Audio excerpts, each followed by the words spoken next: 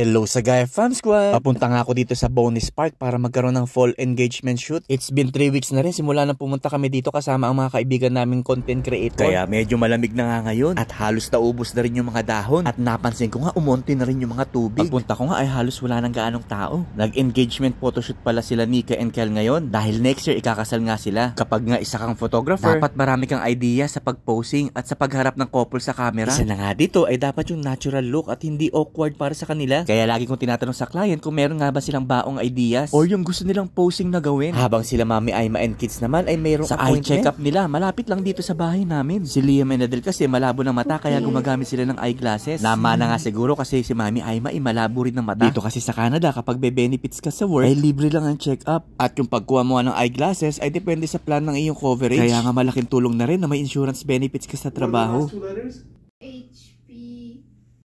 At hindi pa nga natatapos dito ang weekly ganap mini vlog series natin. Dahil pagkatapos nga ng eye check-up nila, si Liam naman ay in-invite ng kaklase niya sa laser tag para sa isang birthday celebration. Idadrop na nga lang sana namin sa venue. Pero yung friend niyang neighbor namin, pupunta rin pala kaya pinasuyo na namin. At isa-shoutout ko nga pala tong katrabaho ko. In-orderan ko ng napakasarap na egg pie. At hindi lang ito ang ginagawa niya. Marami pa siyang ginagawang kakanin. Pinatikim niya nga rin ako ng mga free sample na puto niya. Kaya guys, sa mga gusto mag-place ng order, kontakin nyo lang siya. Napapasarap na nga yung kwentuhan namin at naalala ko, malilate na pala kami.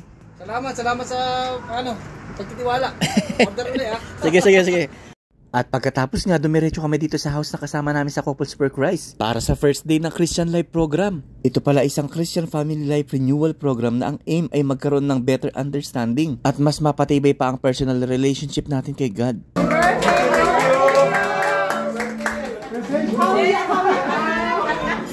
At bago nga magsimula ay kinantahan muna namin si Bro RJ dahil birthday niya. Sobrang dami nga ng mga pagkain. At sinimulan na nga hiwain tong napakasarap na belly lechon na gawa ni Bro RJ.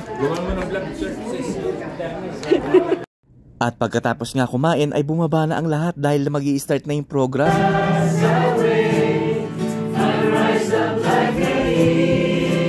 Itong Christian Life Program pala ay magkakaroon ng speaker na magko-conduct ng teaching. At meron din mga service team na naka-assign para sa music, kids watch, prayer warrior, tech at facilitator. At pagkatapos nga nito ay magkakaroon ng group discussion kung saan magkahiwalay ang lalaki at babae. After nga ng set of questions ay pwede mong sagutin by sharing your experiences and struggles. Masarap kasi sa pakiramdam na ilalabas mo yung mga saloobin mo. At magkakaroon tayo ng learning experience sa ibang couple through their experiences. Kaya kung interested kayo mag-join ay don't hesitate. At bago nga pala to guys matapos yung video, baka hindi ka pa naka-follow sa aming page, please click the follow button po para ma-update po kayo sa mga video ipopost namin. Maraming salamat po, kami po ang Sagayap Squad. So paano? Hanggang dito na lang. Basta laging tatandaan, sa Gayap Squad, solid tayo.